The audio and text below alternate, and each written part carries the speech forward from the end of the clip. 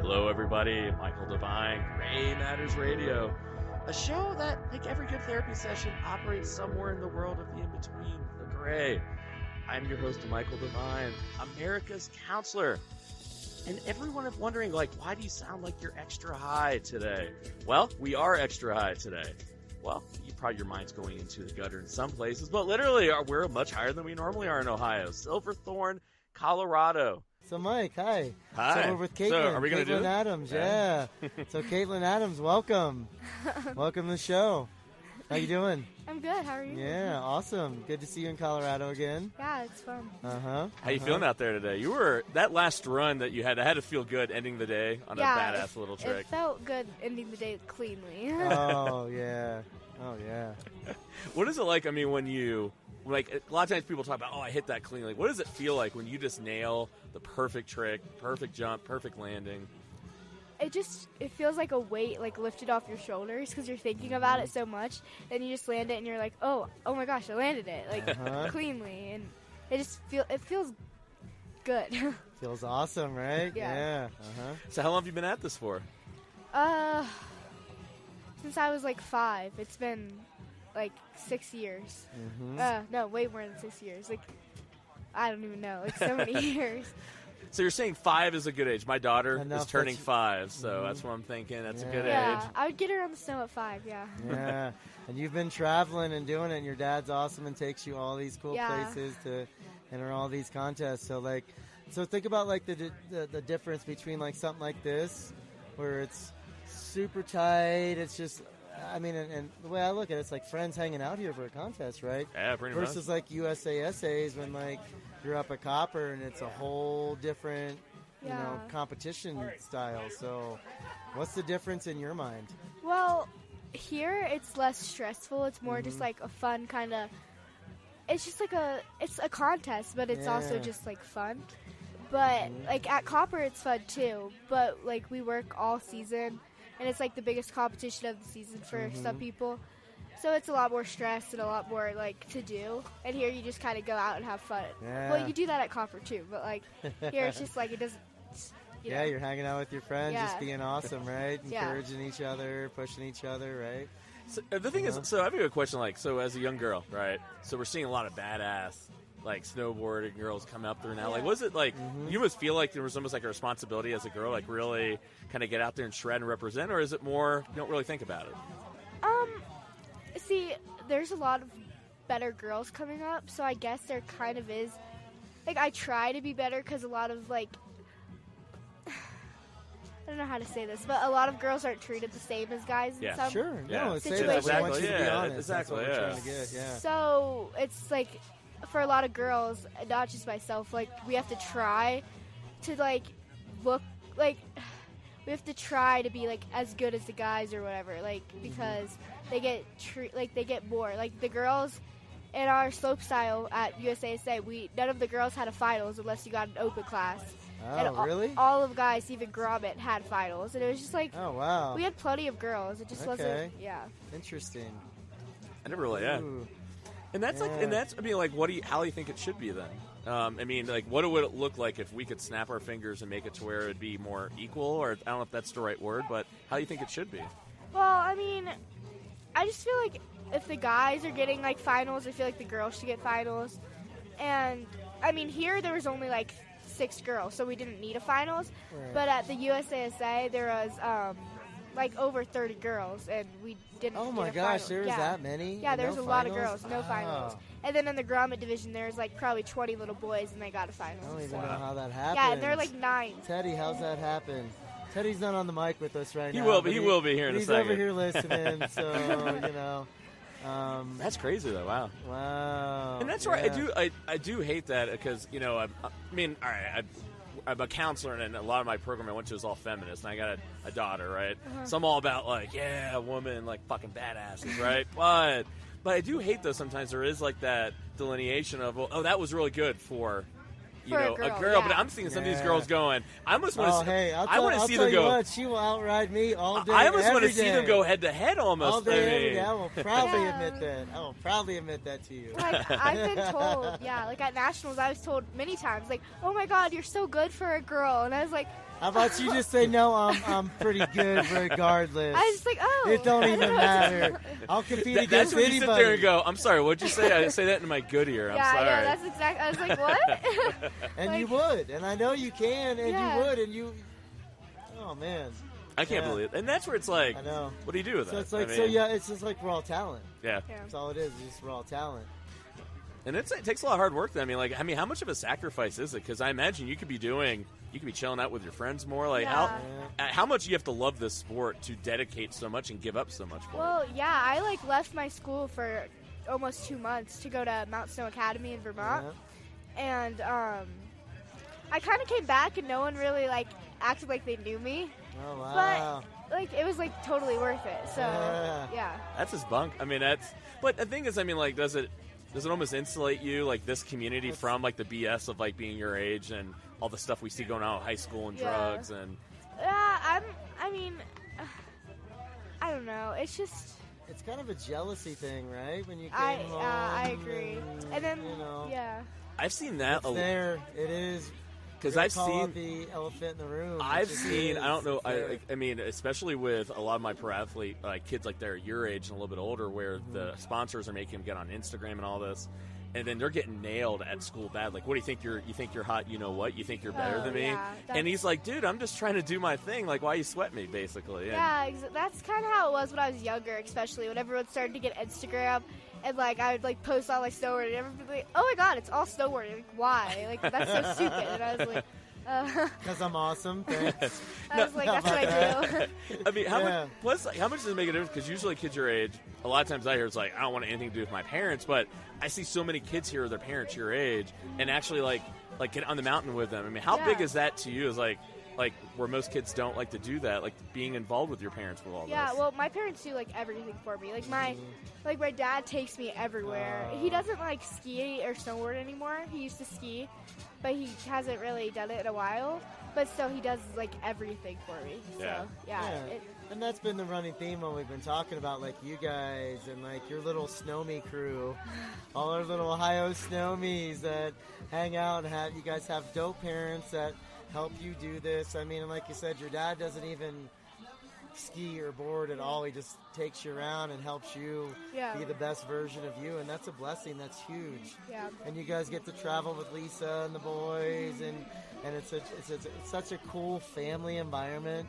Yeah. I love coming out and watching these guys and guys and girls. Yeah, guys and girls. My crew, my little Snowme crew that I love watching everybody's faces when you guys pull off all of your dope tricks, and watching people's faces that don't know us and don't know who we are from Ohio, right? Yeah. OH. IO. There we go, right?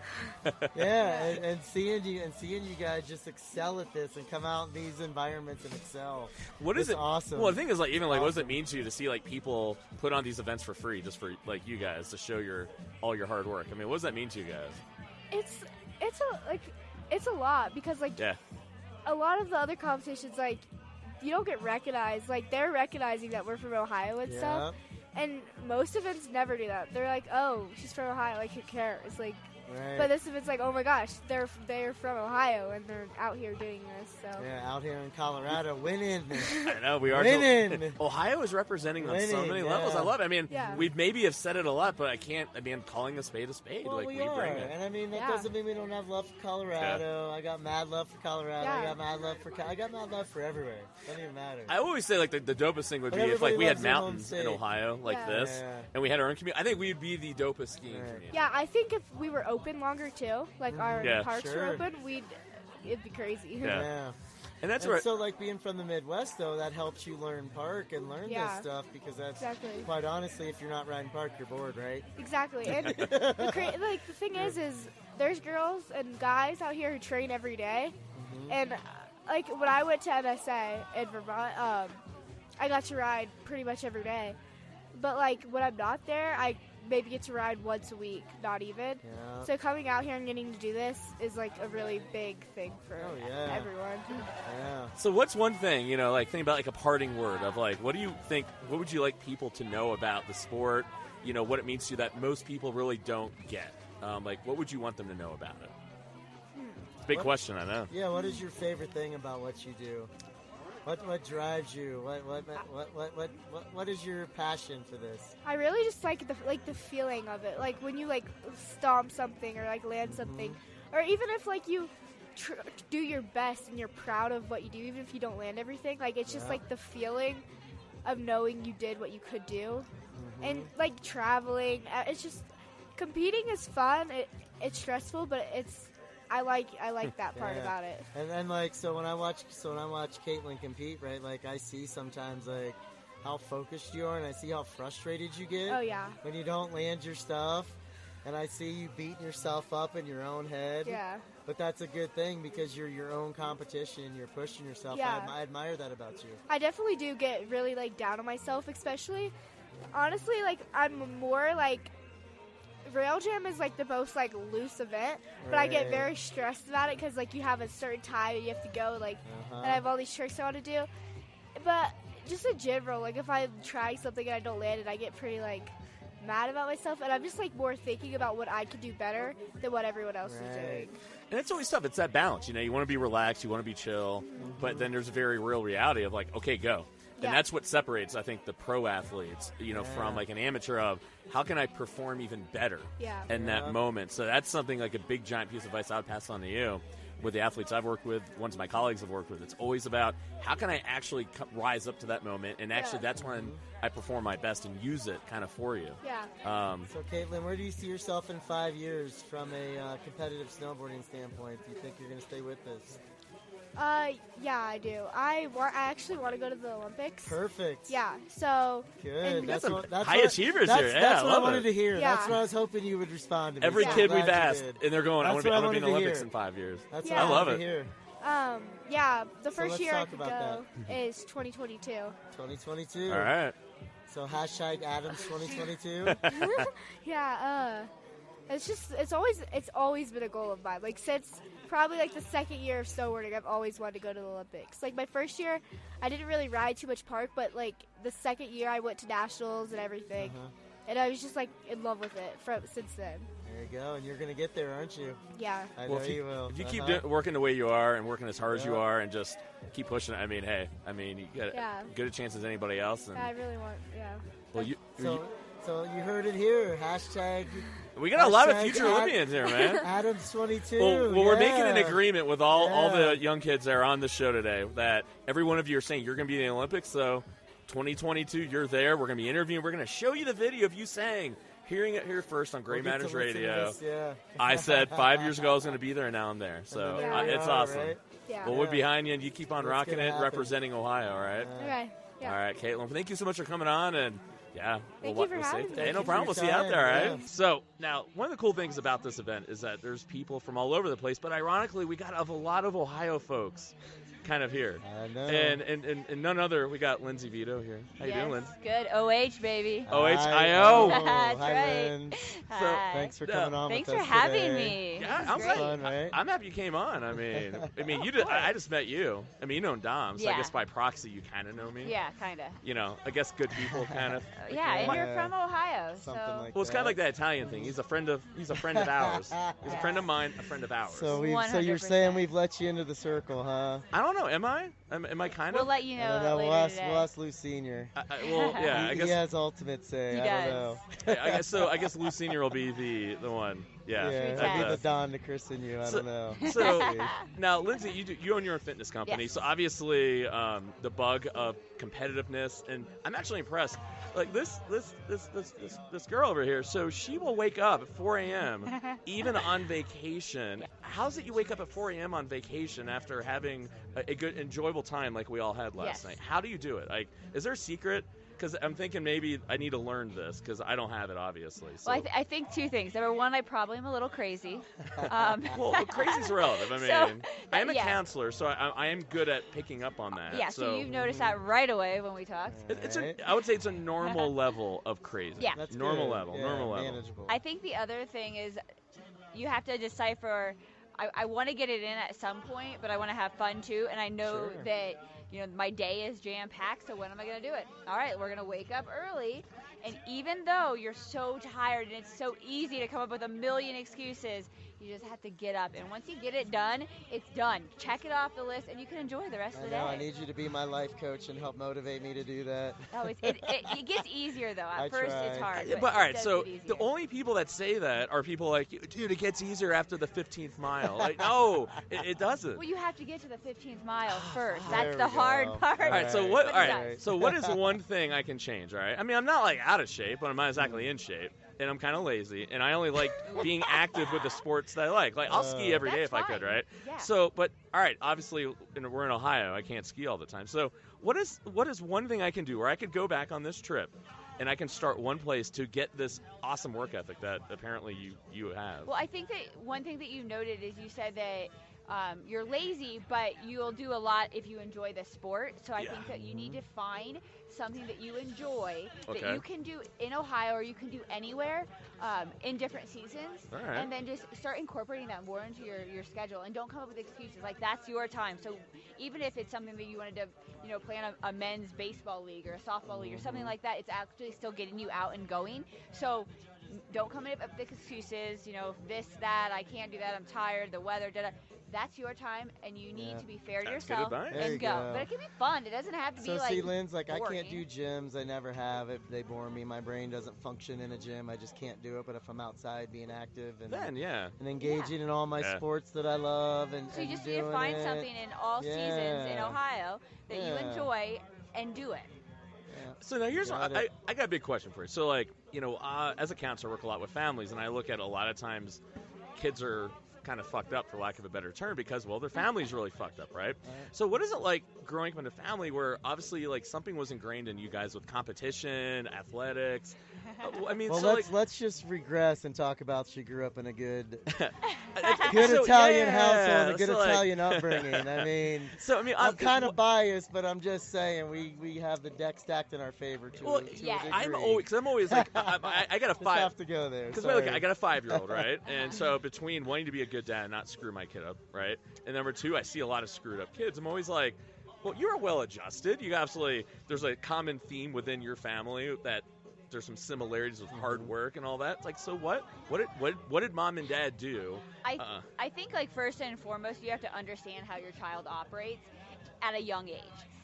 And once you understand that, you know how you can push them. Yeah. Fortunately for my parents, my brother and I both are someone that can take, tough love. We can take constructive criticism. And we can be pushed probably more than what a younger kid could be pushed. So at a young age, I didn't realize this probably until I went to college, which is crazy. It took that long for me to realize that my family was not normal. Where'd you go to college, Lindsay? My undergrad was done at John Carroll University in Cleveland, Ohio, and then I got a master's degree at Westminster College in Utah. Oh, what's your master's in?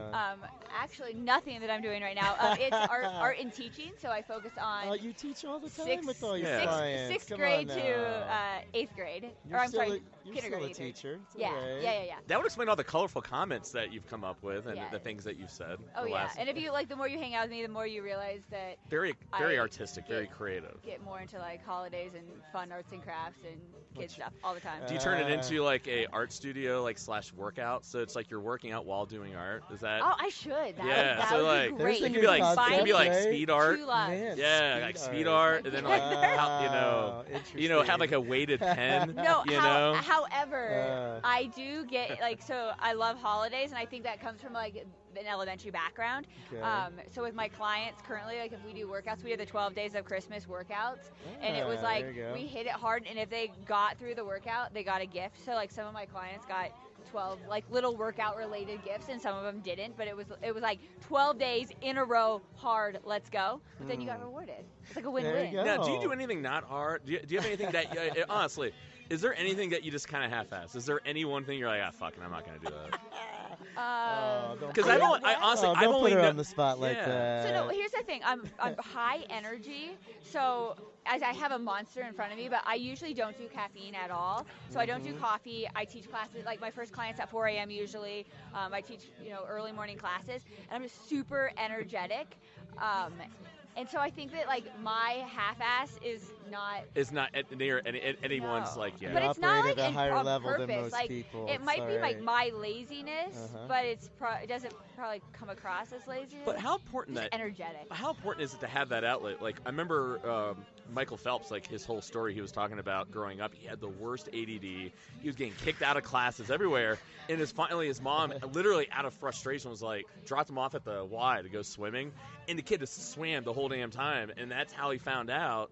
That's he was good at swimming, but it goes that back outlet, to what you and I talked about earlier about when I'm on my board. It's like my peace. It's where I take my chaotic brain and I can relax the chaos. I think that a lot of people are very similar. So like Louie and I are also both ADD, like very high energy, we easily distracted.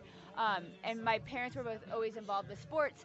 So having that background, my parents put us in every single sport. Yeah.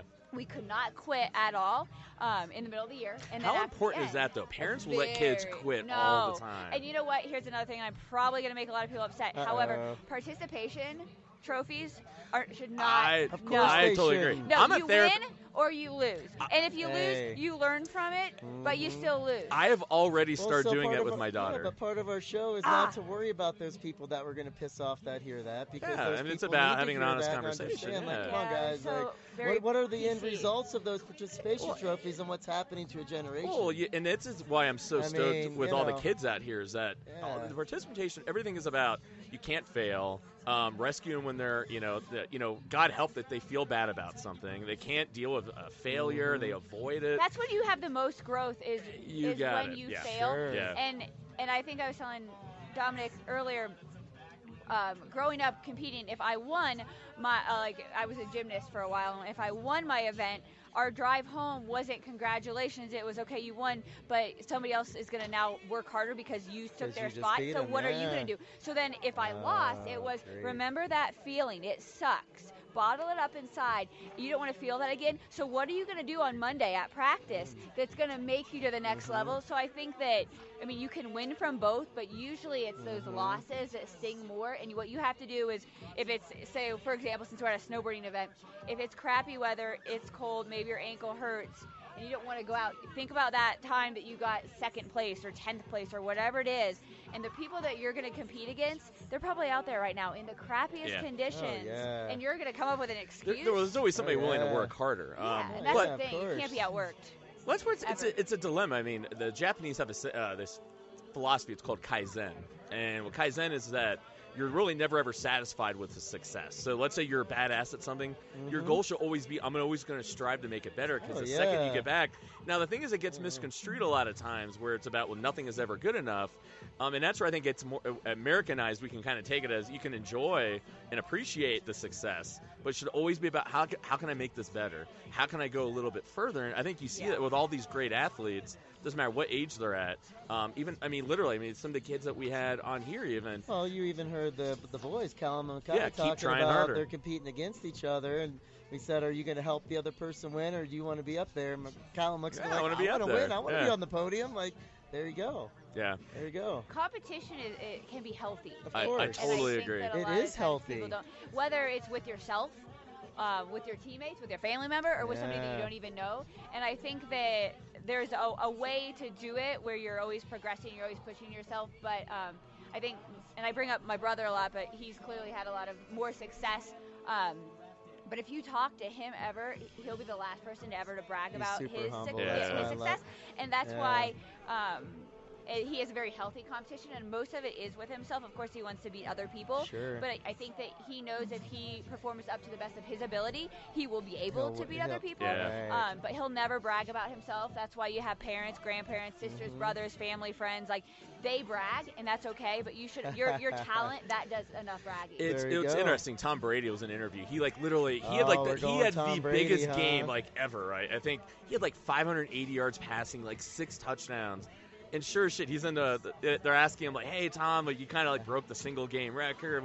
And he's like, well, we left a lot of plays out there. And everyone started laughing. He's like, no, man. Like, there was, like, 2 or 3 plays I wanted back. That's him and Belichick. That's why they're I was like, unbeatable. That's the point. I hate Brady, but I'm like, you know what? Hey, I will say this year's Super Bowl, I was rooting for Tom Brady. I just wanted to root for greatness. No, wait, you can't take away that he is phenomenal. I wanted to recognize that that's something that we, as our generation, witnessed as Tom Brady being one of the best ever. I have a lot of respect for this guy. He's my brother-in-law, but I don't know about. He's a Michigan dude. I don't like him anyway. But I have to say, for the first time, I was wanting to see maybe a little nauseous. Victory. You made me a little nauseous. If we're going to talk about him, I will say, right, so he's from the state up north, so I don't like that. However, when he got drafted, clearly was not the best. We all know that.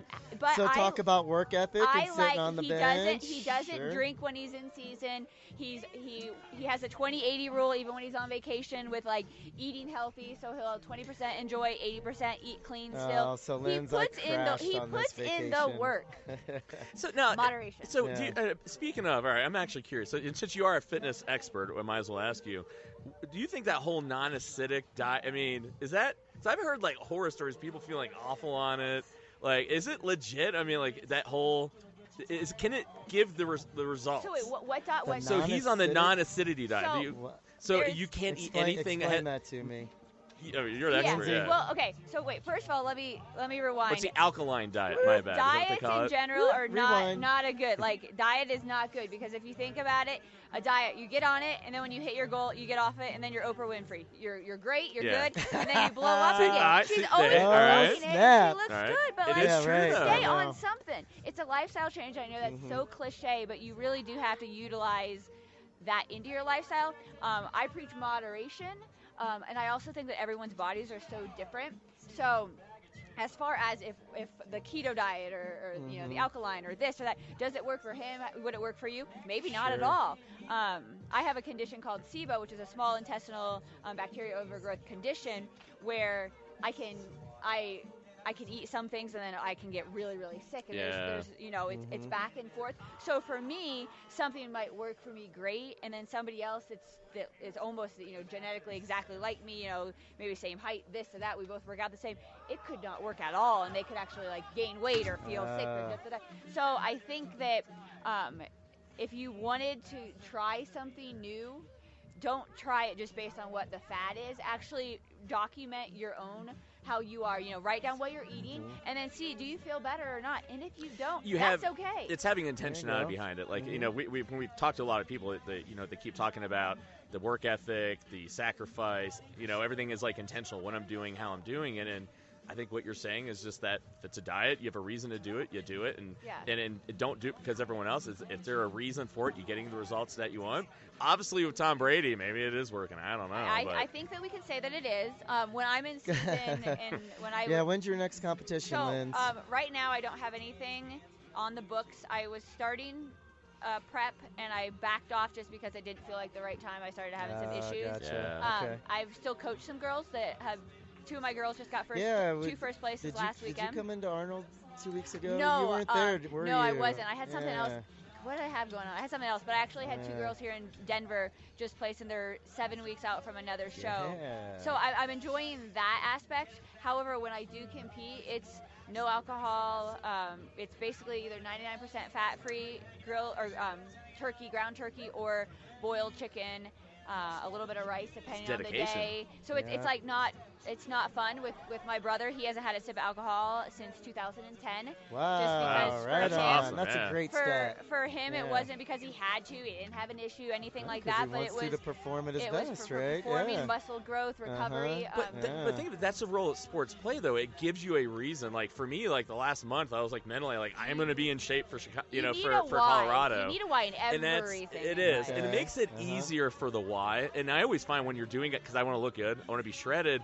It's like that. I mean, sometimes it can be. Mike, but I'm trying to get back there. I promised my wife a six-pack by summer. So I'm trying, man. Well, as I drink my beer. As you're drinking a beer. That's probably. I know, Linz. It's my vice. We could work out. I did great for a month, and I'm rewarding myself by being here. I'm rewarding myself. Again, moderation is everything.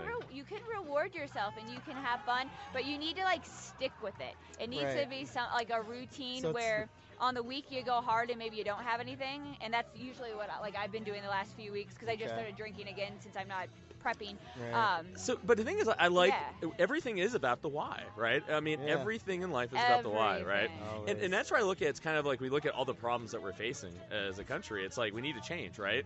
And if you look at the work ethic that you see here, it is very much modeled that hard work, the ethic, the working with each other, helping each other, competition. Well, what we're seeing here is community and competition. Community and competition, where you can't be competitive and all move in the same direction. Yeah, exactly. So it's if you had to think of parting words, from just what role sports and competition has had in your life, and you look at some of the problems we're facing as a country with people, what is it that we need to learn from here? What is the walk away that if people are hearing this show and watching events like this and know people, what is it they need to walk away with?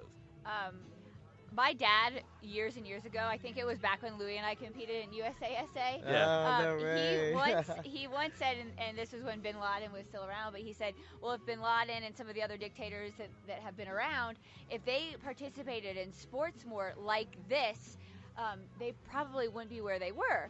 And it kind of got me, years later, I'm still thinking about it. I could hear your dad saying that. If you go to, a lot of these competitions, there are people from all over the world. Louis competes with people that, every different country is represented, and they might not speak your language, but if you do something well, they're, it's a universal language, they're clapping, they're smiling, they're giving you high fives, right? And it's, they might have wanted to beat you, but they have an appreciation for the sport and what they're doing. And if they see somebody throw down, or they see somebody make a land a run, or do whatever, or score a goal, whatever it is, you might not like the person, you might not like their views on this and this and this, but you have an appreciation for the sport that everyone is here and they love, that you're applauding that. And I think that if you think about the greater picture, especially in the country, we all are very different personalities. We all have different views, and that's fine. But I think that we need to see what the overall umbrella, how can we actually, either make the country better, make our schools better, help our community. And if we all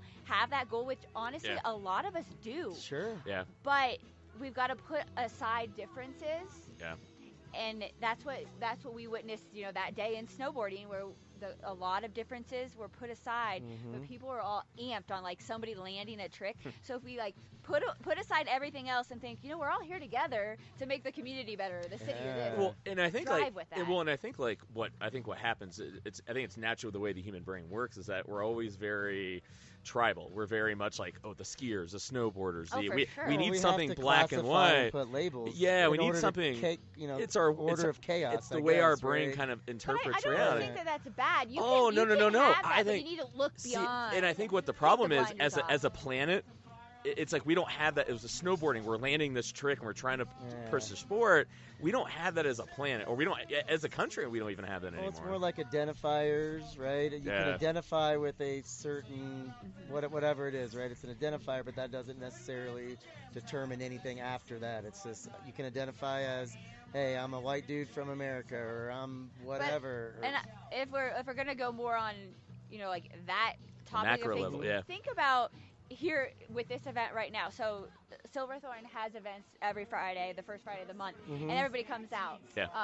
And a lot of times they come out because it might be a cool event, but sometimes they just come out to support the family, the community, the city. Yeah. And think about if we had that as a country. Talking about making America great again.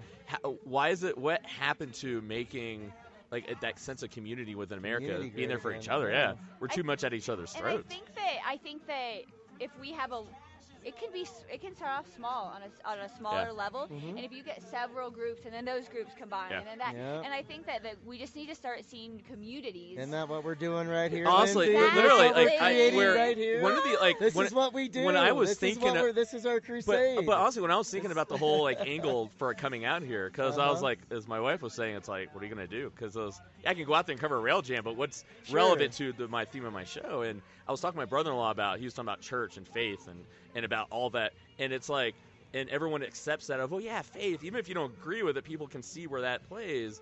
But I wanted to do is if people could walk away listening and going, wow, I never really thought about a snowboarding or skiing community or a small mountain community as something that almost is the same thing. And it's like, that's how we get America back on the right track again.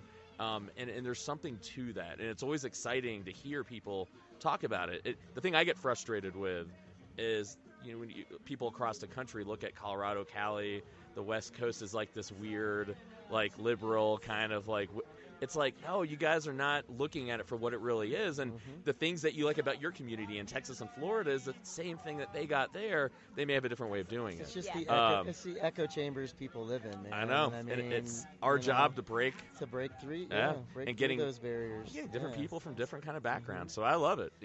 So Lindsay, tell our listeners how they can find you. Website, plug, Twitter.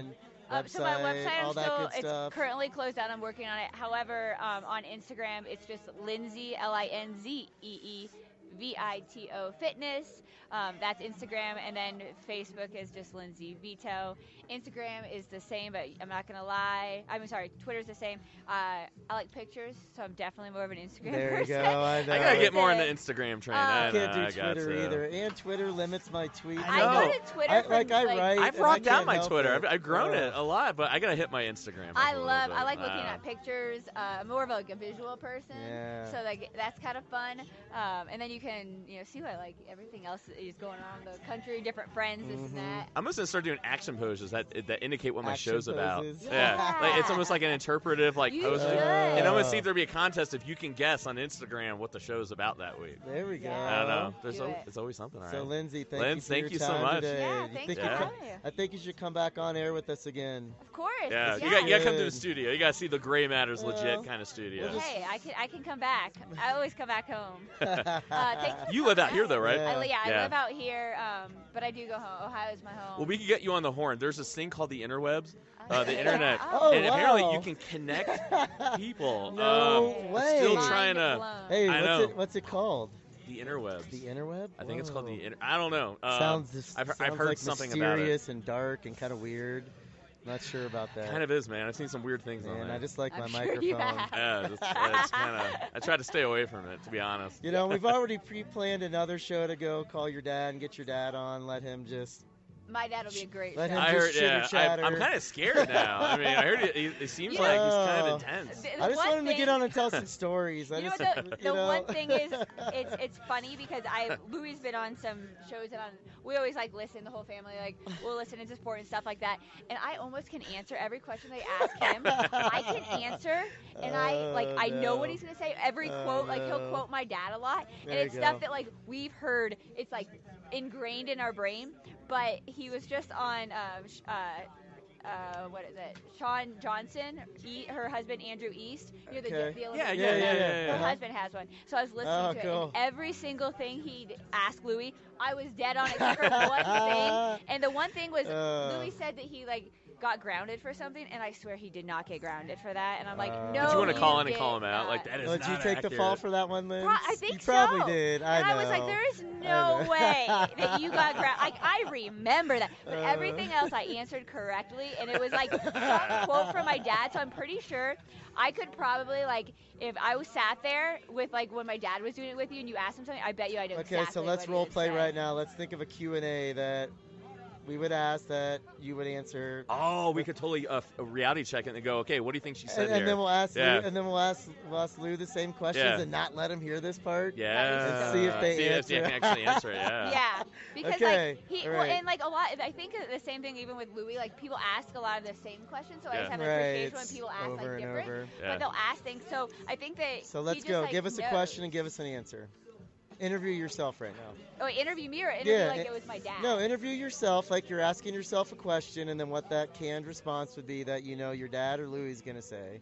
Okay, so if you ask something as far as like what is something that has like helped motivated or drive you growing up, not being maybe like a huge, like Vitos are small. We're not like big people.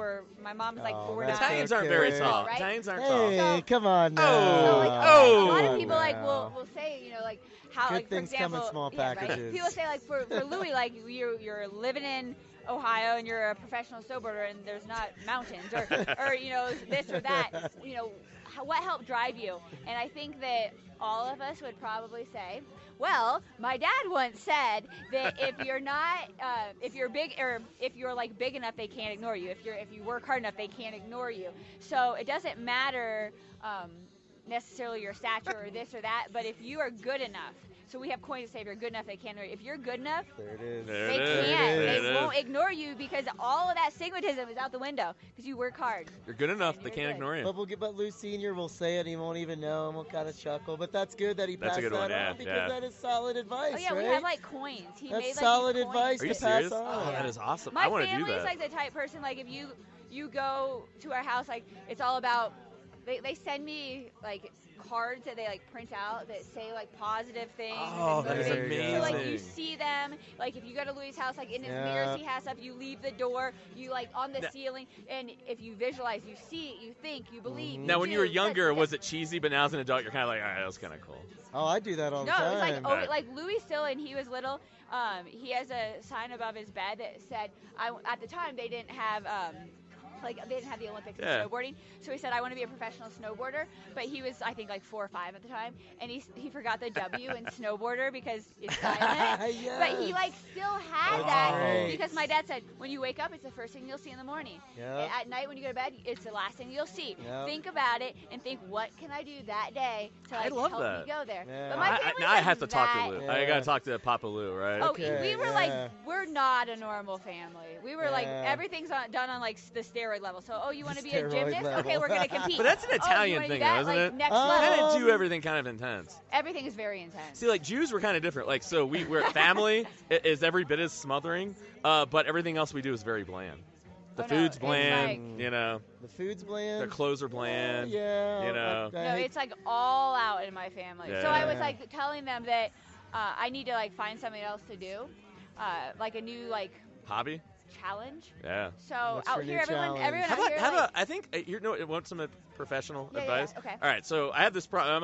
I don't know you at all, so I'm just gonna speak in generalities. But yours probably makes more sense than mine will when I tell you what it is. So what I find with that, so whenever I've had clients that are doing new things and new challenges, but within the same realm, it doesn't have the same effect. It's like you have to go completely in a I got you covered here. Yeah, kind of like, hey, I'm gonna start learning how to do crocheting. Okay, what do you got, Vito? I got this. What do you got? And what's the opposite of what you normally do? Okay, so I am not overweight, and I have never smoked anything a day in my life. And so I you run want to like smoke and get well, fat? no, I run like an overweight smoker, right? Hate running. It's painful. It's boring. See, we were talking about you're the person. Anybody? See, I like You're to the run. That's one of my activities. See, I'm telling you, you're the Liz. person with the angry face on the look at 4 a.m. Like literally, hate to do Like, that, right? why is she there? I don't know. No, She's just actually, angry I at love it. it. I love working out, but no, I hate to run, so I just don't do it. And then I've never like road bike before. Yeah.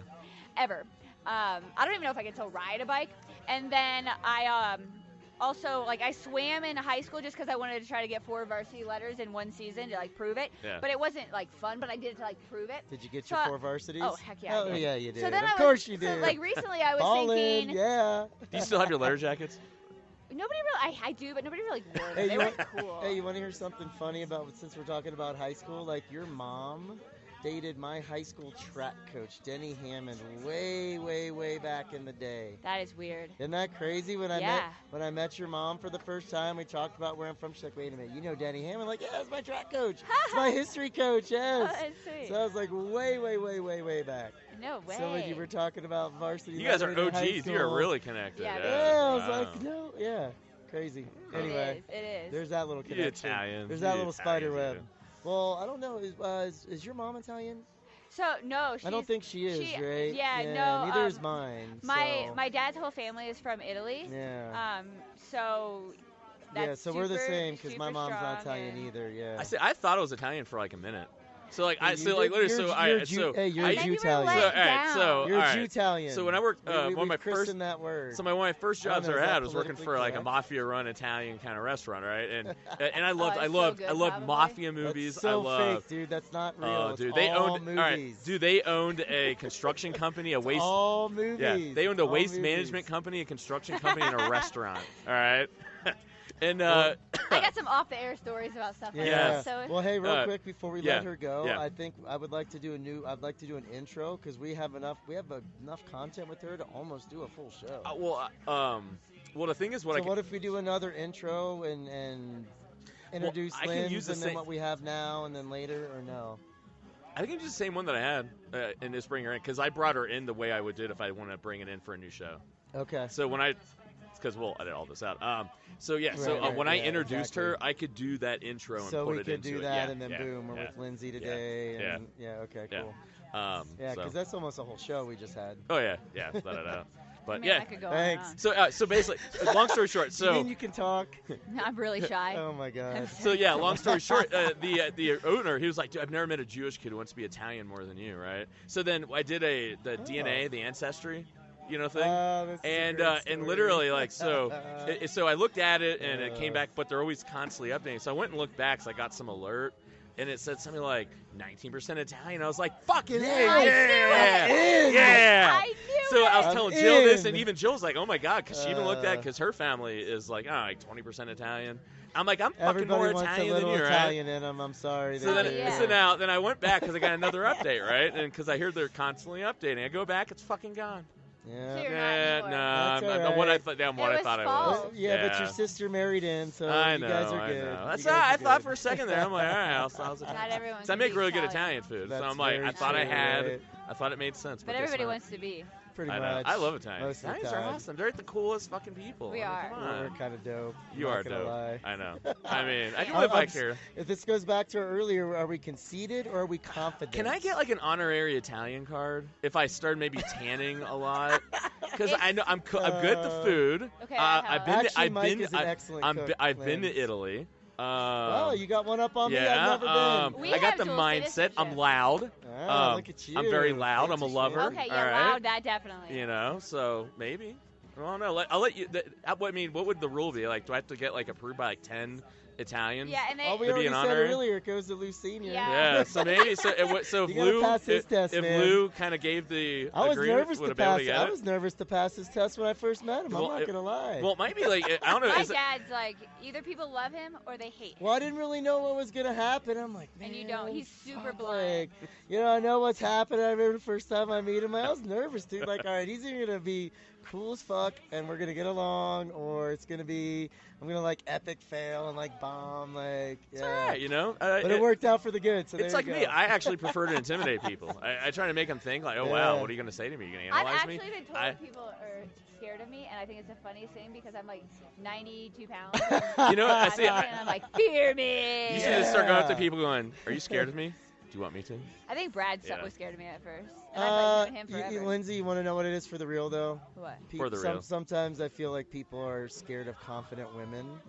Yeah. And you are so confident and so out there. Well, you need I also and that's a little unusual for a woman to be so out there and in your face. Well, yeah, and so it's great, Italian and right? Mexican women so are ball busters. I had a client right now. I know, literally, my little 4'10" grandma would walk up and smack me upside my head. And I'd cower down. Literally had to tell one of my clients, dude, you gotta grow some fucking balls, man. Literally, I go, dude, I say it lovingly, but you're dating a hardcore, straight up Mexican woman, and dude, she's a strong girl. Dude, you gotta fucking step up, man. Yeah.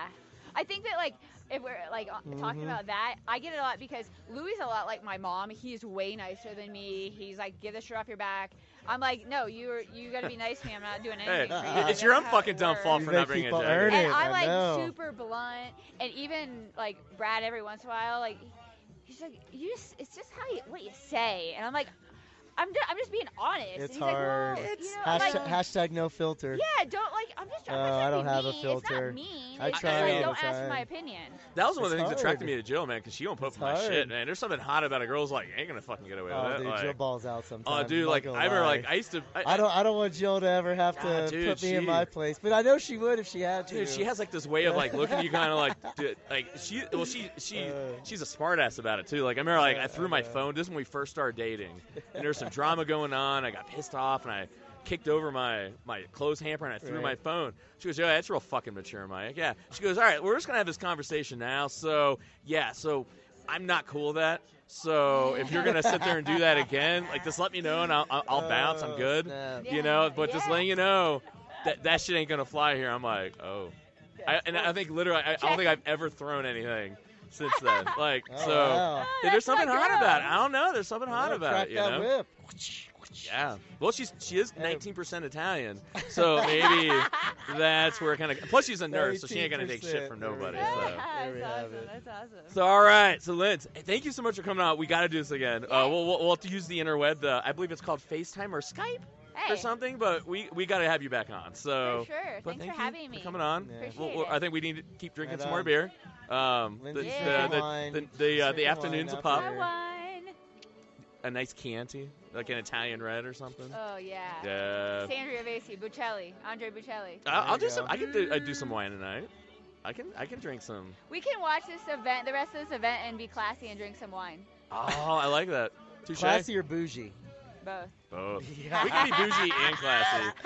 But how bougie can we be if we're here? Mike, right you now? know how far from bougie I am. Don't we talk about you're the that? least. We're in Summit County right now. Yeah, I'm like the anti-bougie. I think if you're bougie, you get your ass beat here. I don't even know if I could be bougie. I don't even know how to be bougie. I don't learn how to dress differently coming here because I'd be like dressing like button downs. Like, nah, Mike. Button downs for me. I can't. That's hard. So yes, we're gonna. I think we should have some bougie wine and watch a Railjam. Right, Let's go rock it out. Sweet. All right, everybody. Thank you. All right, everybody. Yeah. All right, Dom. How you doing, my man?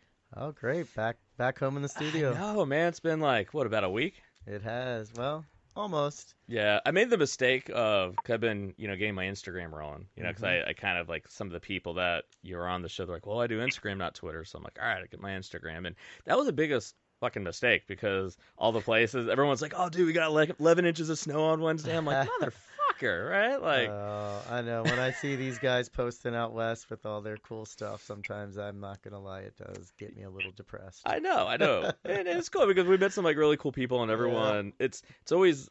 It sucks sometimes because like we'll have Kevin and Teddy on here in a second, but like it's not because like we love these guys. These guys are so just showing us a great time. And just helping us out in any way possible. It's just and we don't get a chance to hang out as much as we would normally like to because they're busy. Teddy was with his ski team and putting on the event. Kevin was putting the event, and so it's like we got to figure that out next year. Either on the front end or probably more on the back end, so we can actually have a couple like days of just kind of catching our breath and just chilling and hanging out with everybody. Yeah, Kevin, you always try to get me to stay later or come earlier or just not go home. Period.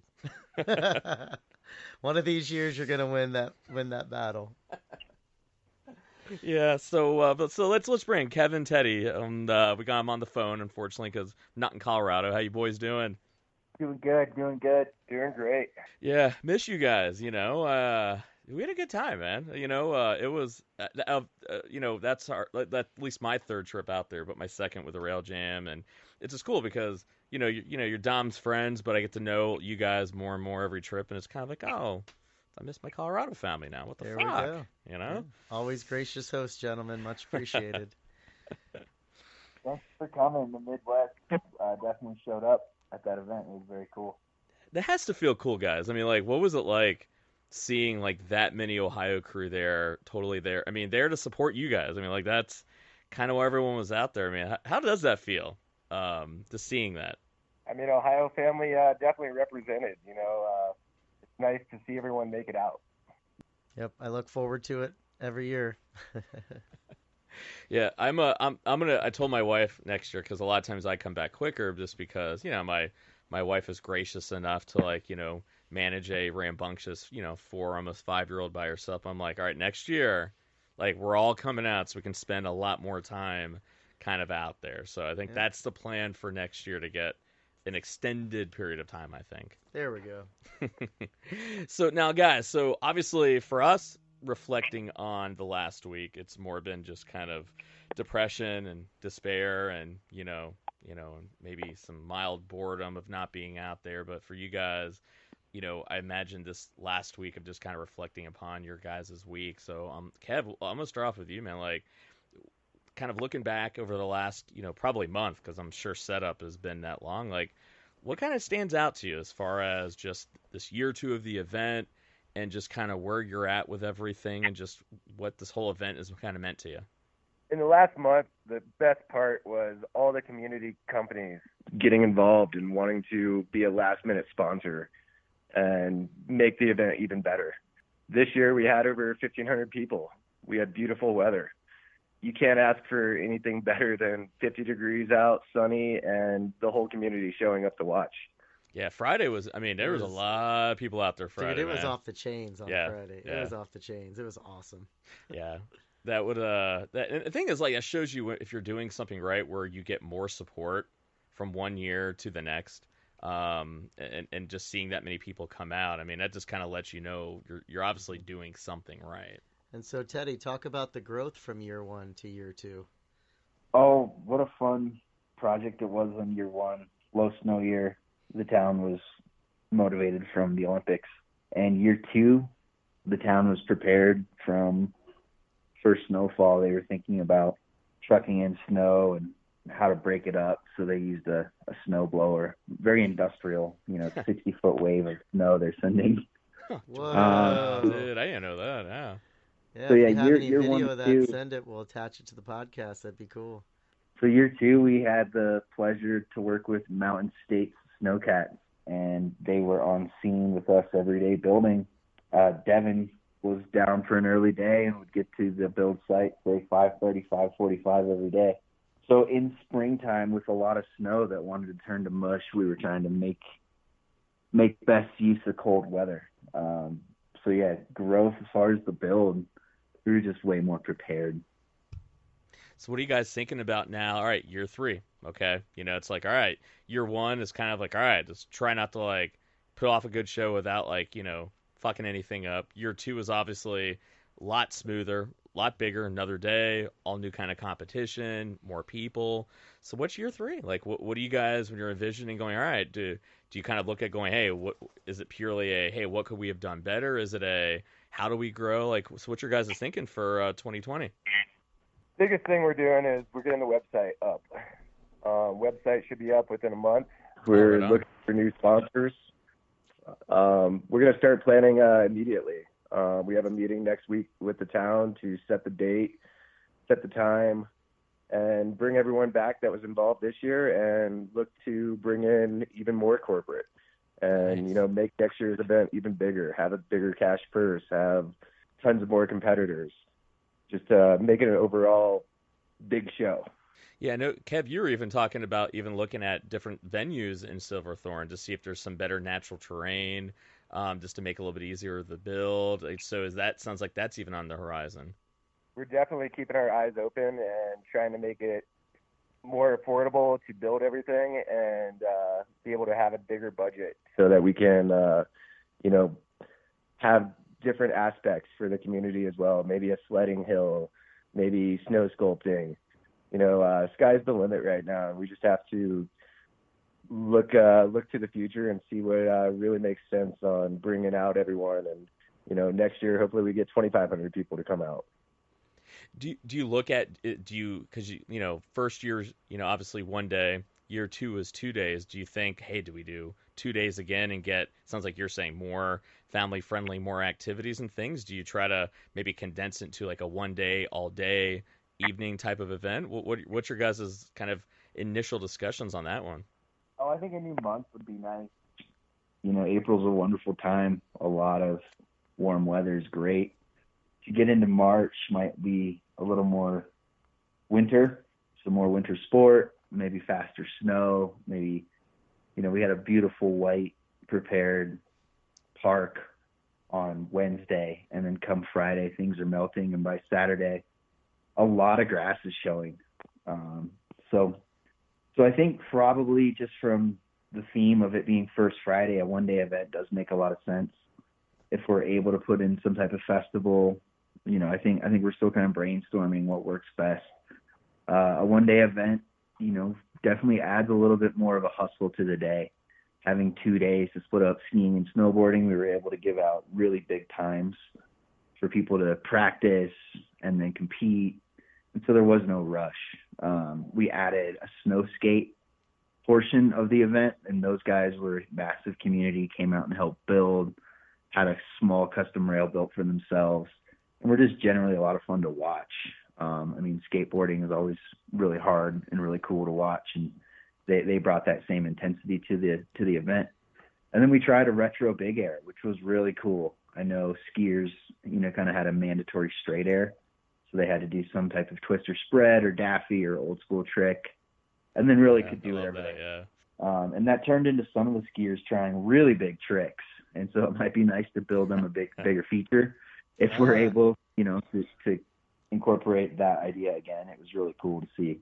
I think one thing would be really cool. It'd probably be impossible to pull off, but I'm not gonna lie. I was awful inspired by that badass half pipe you guys got at Copper. I was like, man, if you guys could have a Railjam and a small size little half pipe, that would be absolutely insane. I don't even know it'd be possible, would it? That's one thing Mountain States brought up, that could be a possibility if we find possibly the different venue with a more steep pitch. That's something that we could make happen. And oh, wow. We're going to keep our eyes open and listen to the city, see what they want to do, and we just want to make it a badass show. And one of the things I take away from it the past 2 years, and especially getting to year one, work a little more closely with you guys and the town of Silverthorne, that it's just overwhelming support you guys get from the whole town and the Recreation and Parks Department, that it's really awesome to see a community like that, and especially on the municipality level, essentially in year two, giving you guys the tools that you need and giving you the support that you need to create an awesome event for not only the community at Lake, but everyone else who's coming in from a tourist standpoint. That if you guys are talking about a bigger event next year, I think that also kind of parlays into some extra tourism dollars coming into the town of Silverthorne, and it seems like you guys are all forward thinking in that regard, so it's a great place to be for you. Yeah, this last week, Teddy and I have definitely had the high five, positive vibes from everyone around the community. The head people at Town Hall, that was awesome walking in there and them saying, congrats, thank you for hosting such an amazing event. Yeah, you definitely we were talking with Sydney from the city, and she was, you can just tell, they're really excited by what you guys are basically doing, and I know she was really excited about just seeing how many people just showed up, just people that probably aren't even snowboard or skiing fans, but hey, I'm just going to check out what you guys are kind of doing. And I think anytime you have a community where, it's a very tight-knit community, everyone comes out to support each other, whatever, you have a new event and people are supporting it more and more every year, I think that's worth its weight in gold. So I think you definitely got the city kind of basically in your guys' business. So I think, it's going to be real exciting how everything kind of unfolds. And of course, it gives us an excuse every single year in March and April to come out, hang out with you guys. So. And guys, as we start distributing this podcast, what is it that you guys want to communicate to not only the community and all of your, current sponsors and supporters, but what message do you want to try to convey to potential new sponsors out there to get involved in this? Oh, Silverthorne, Summit County is really good at skiing and snowboarding. It's a very fun place to watch our local skiers and snowboarders excel. So it's a really fun event to be involved with.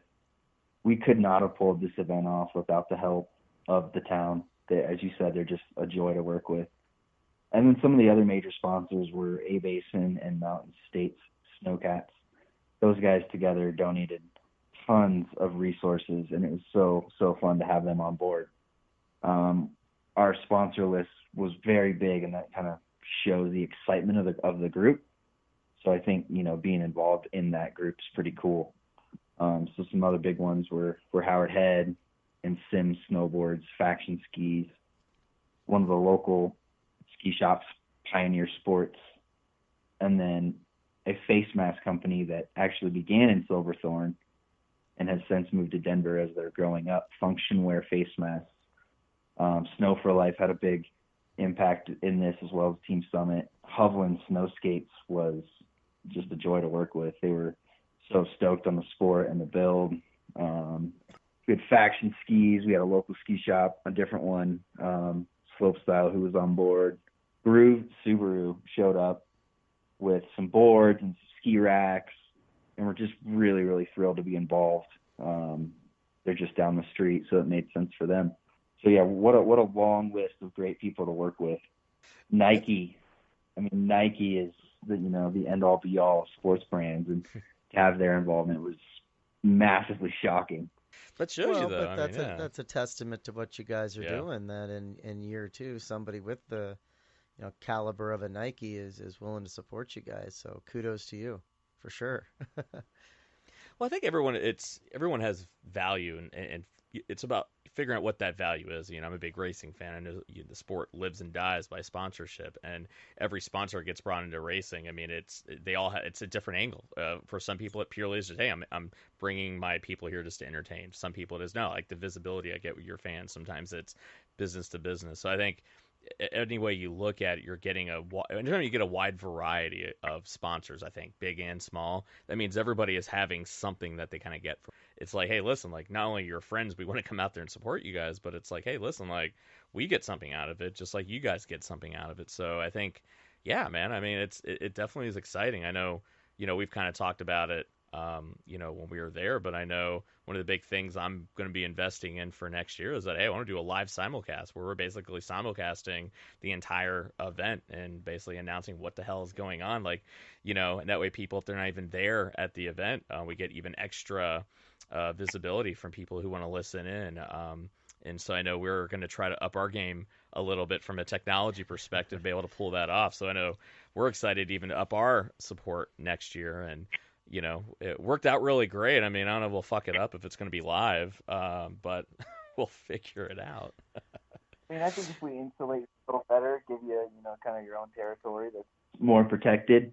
It looked so cool to see you guys with the booth set up and basically a perfectly, sound radio show set up on the side of our course. That was a very cool visual for myself. So, on one end is a radio studio, and another end is a distillery, smoking drinks. And it was a good setup, man. Drink.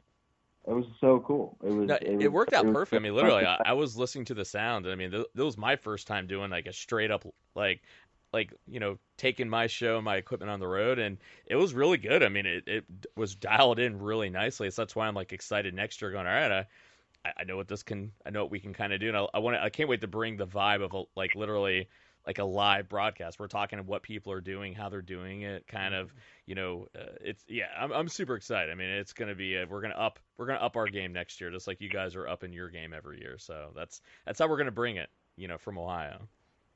And then I think next time, if anyone crashes our broadcast, we may have to have some security and Yeah, let's not talk about that.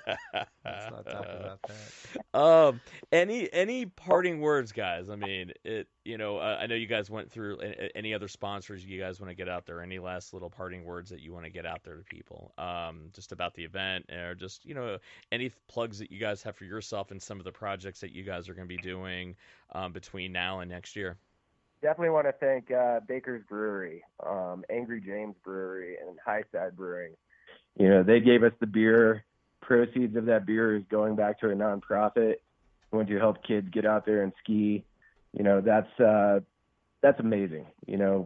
People spend their money, tip well, the bartenders, and that money's going to go back and get some kids on the slopes. So maybe next year they're going to be the competitors. Oh yeah, man. That's awesome. The band El Paso Lasso, they play really great, fun 90s music, and they do it very well. Yeah, that was a badass band, man. They were really good, man. Mm-hmm. And then on the personal endeavor side, Joysticks, Poles, and Surface Skis was really kind to me. Love skiing their gear.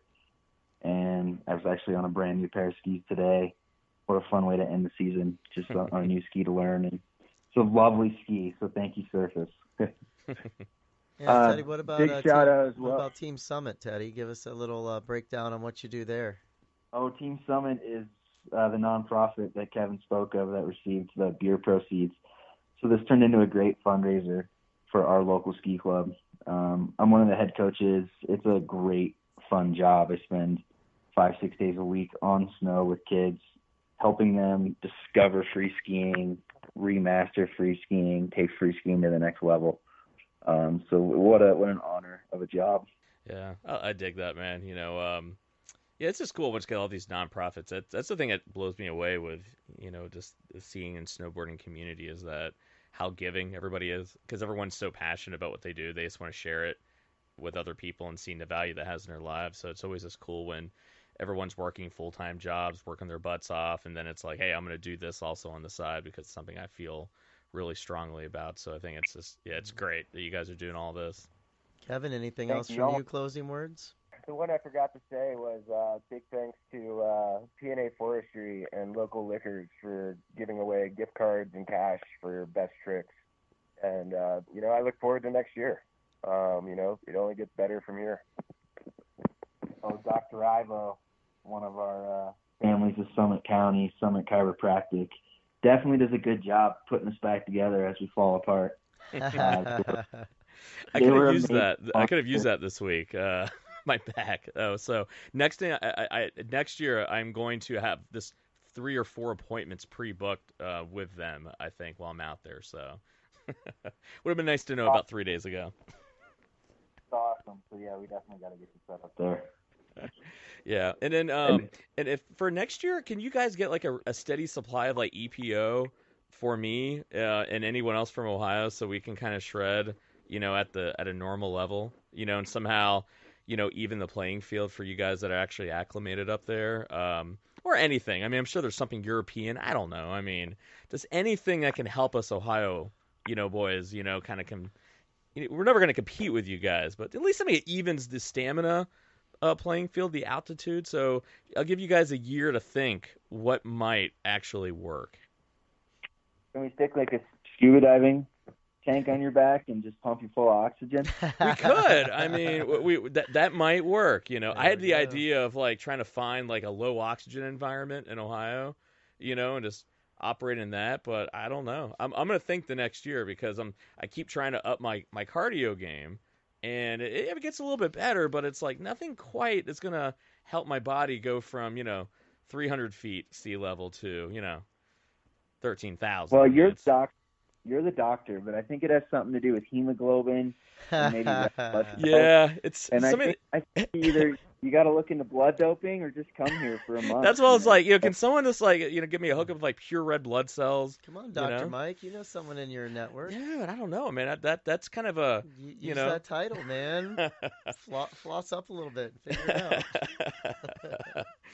out. We got a year to figure it out. We're going to up our game, but, just once again, man, it's always awesome to hang out with you guys. We got to figure out some way to hang out before, more than just once a year. So we got to figure something out here. Just us making the trip out there. I know. One of my goals right now is to come back in Ohio in April or in January and possibly see if I can throw out an event. Bring Snow for Life to Ohio again and show that community why we do what we do. Yep. We've talked about that for many years, Kev. Maybe this year will be the year it happens, huh? 2020? 2020 is the year. It'll be good. It'll be a good warm up. It'll be a good warm up to get everything kind of logistically ready then for the big event. Like it's like a spring game or something like that. It's like a little exercise or something. We've had all the pieces in place to do it, other than the sponsorship. So I think we'll get it this year. I dig it. I think we got it. Mm-hmm. So all right. On that note, gentlemen, it's been real. I appreciate everything you guys kind of do, and once again having us out there, put on all these badass events and everything, and it's just awesome. It's a pleasure to know you guys, and pleasure to be kind of partners with you guys. So on that note, thinking town of Silverthorne as well. I mean, all the sponsors, Arapahoe Basin, Nike, just freaking everybody. You guys have the list. Just yeah, everyone, it's just Colorado hospitality at its best. Dude, it's just awesome, man. But it's all right. It's sad I am to leave. Ohio's our home. I love the state. Colorado is just our visiting kind of home with every bit as dope people, right? There you go. On behalf of myself, Michael DeVine, Dominic Lucilla, Porters Network, this is Great Matters Radio. And remember, next time someone asks you, hey, man, you like a Democrat, you Republican, liberal, conservative, red, blue, say, fuck that noise. My ass is gray. All right, everybody. We'll see you next time. Be good to each other. Peace.